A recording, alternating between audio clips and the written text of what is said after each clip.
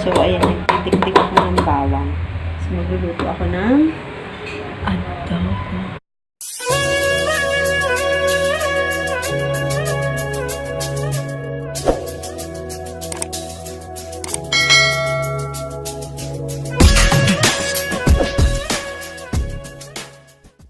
Masarap ang adobo pag maraming bawang. That's the secret. So, itong bawang na to, malasa siya kasi galing siya sa Ilocos. Sa Lawag, Ilocos.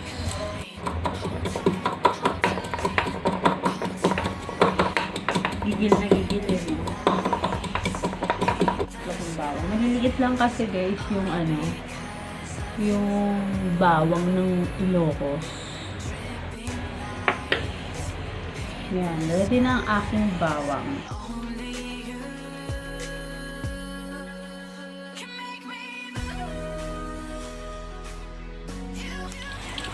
So, ayan. Amoy na amoy ko ng bawang. Ang bango-bango talaga niya. Grabe.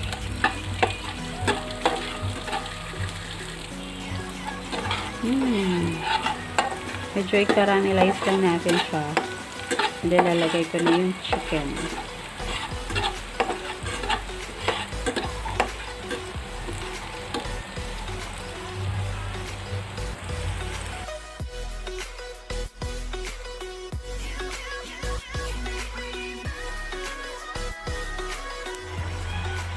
Ayan, ilagay na natin ang chicken.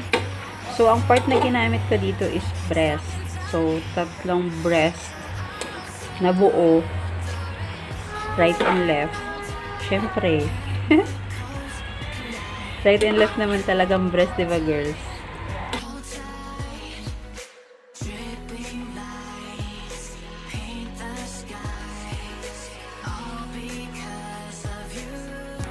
Bakit breast? Kasi sa part ng chicken, less cholesterol ang breast. Yan, may trivia na naman kayo nalaman ha. So, ang pinaka ma-cholesterol na part ng chicken is yung thigh part and then leg part. So, pansin nyo naman, marami siyang chicken skin.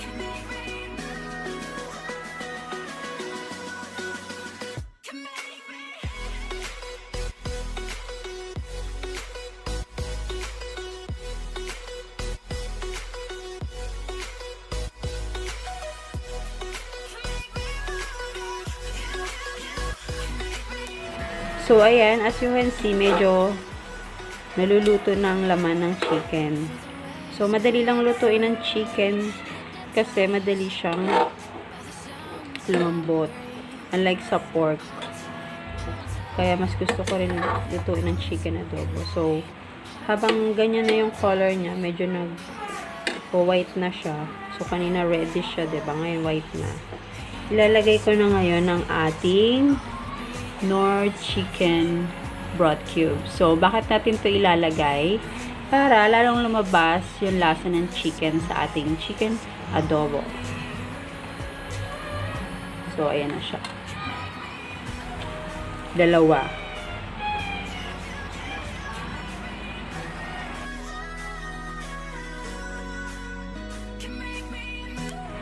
Maglalagay ako ng 1/4 cup na tubig. Gusto ko lang magpalambot ng konti yung chicken. Tapos, tatakpan natin and then pakukuluin or simmer lang natin ng 3 minutes.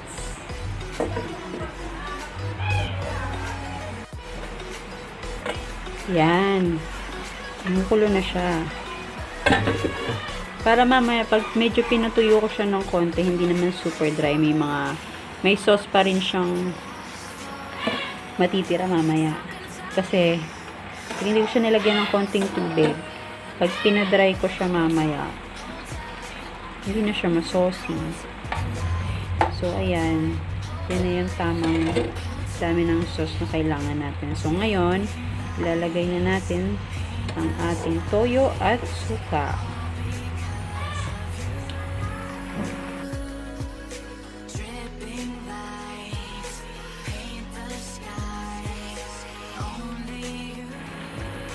So, ayan. Lalagay na natin ang ating suka.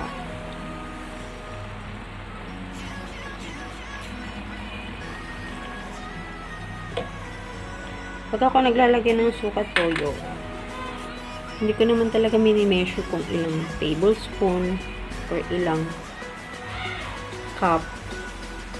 So, talagang tansyahan lang yun sa akin kasi this is a chamba-chamba adobo. Yan.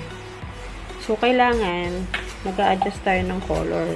So, hindi pwedeng sobrang dami ng toyo. Kasi, hindi naman natin kailangan pakulayin ng bonggang-bongga yan. Kailangan lang natin makuha yung tamang lasa ng suka at toyo. And then, dadagdagan na lang natin ng asin kung natatabangan pa tayo. Okay?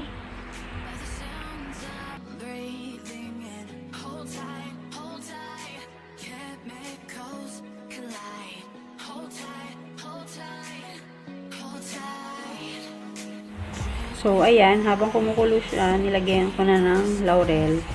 So, ang goal natin is mag-evaporate pa yung ibang water. So, hayaan lang natin siyang kumulo hanggang sa medyo ma-drain siya. And tsaka ko na titimplahan ng salt and pepper. And also, papakita ko yung tricks ko ng sikreto ng aking chicken adobo. Stay tuned!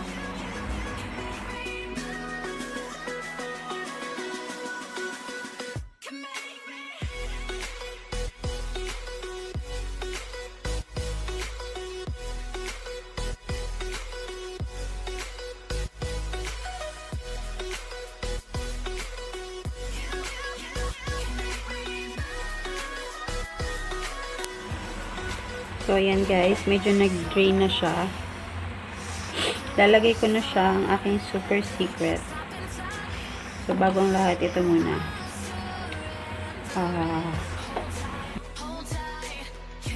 Pepper, ground pepper.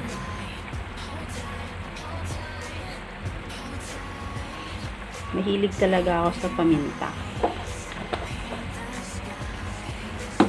I love the ground pepper.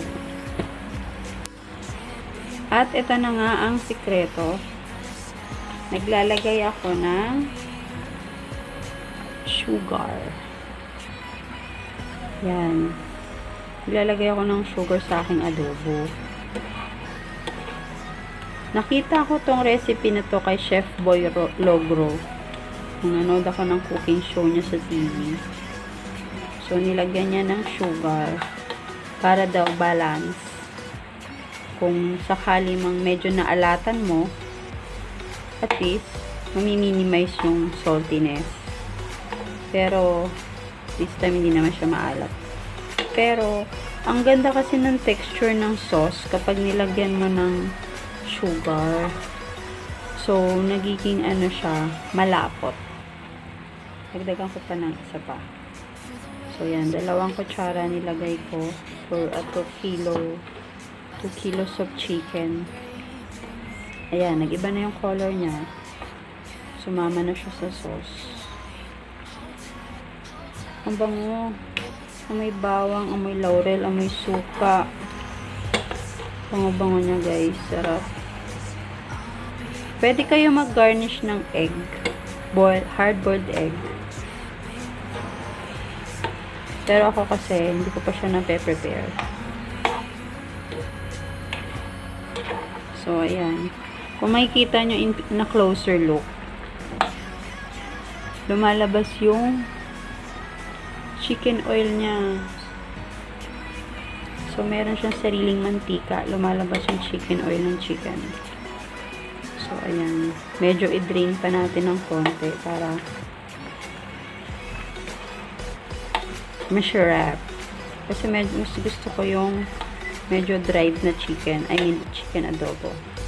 So, try ko tikman. Yum.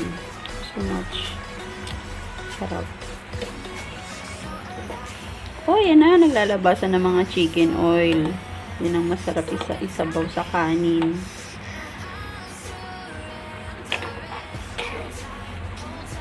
So, ayan, i-drain lang natin siya ng konti. And, ready na siya. Chef!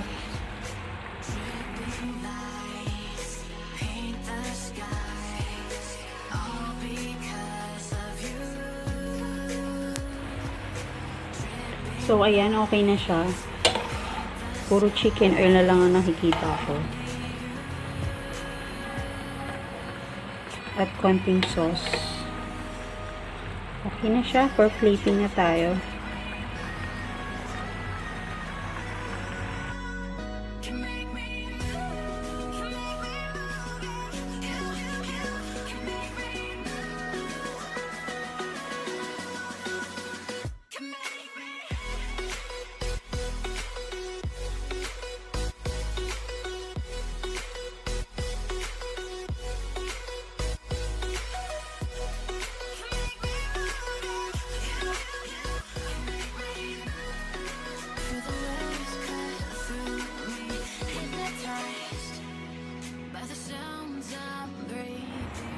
Hi guys! Ito na ang aking chicken adobo ala Avie.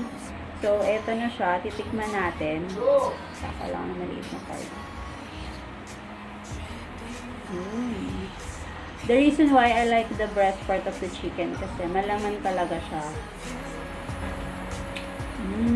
Lasang adobo. Adobong adobo talaga siya, guys. Alam mo. Sakto lang yung tenderness ng chicken. Tapos, hindi siya yung tipong natutunaw sa bibig. Talagang may nangangata or nangunguya ka pa rin. So, may texture pa rin siya.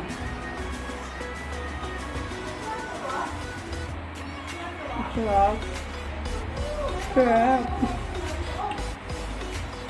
So, guys, don't forget to like and subscribe to my YouTube channel. Like this video. And see you on my next vlog. Thank you for watching.